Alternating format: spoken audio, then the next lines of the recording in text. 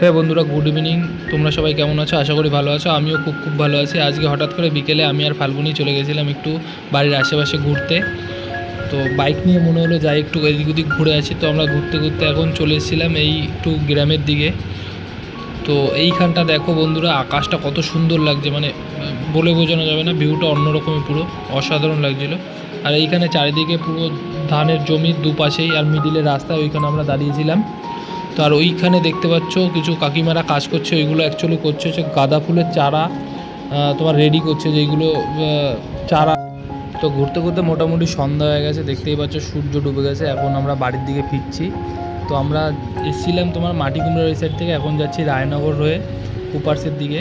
তার এদিকে দেখতেই পাচ্ছ ডান দিকে কত সুন্দর একটা ক্যাফে খুলেছে। আর রায়নগরটা হলো বনগাঁ লাইনের পরেই যে প্রথম হল্ট স্টেশন, রানাঘাট বনগাঁ, ওটা হচ্ছে রায়নগরের রাস্তা। তো আমি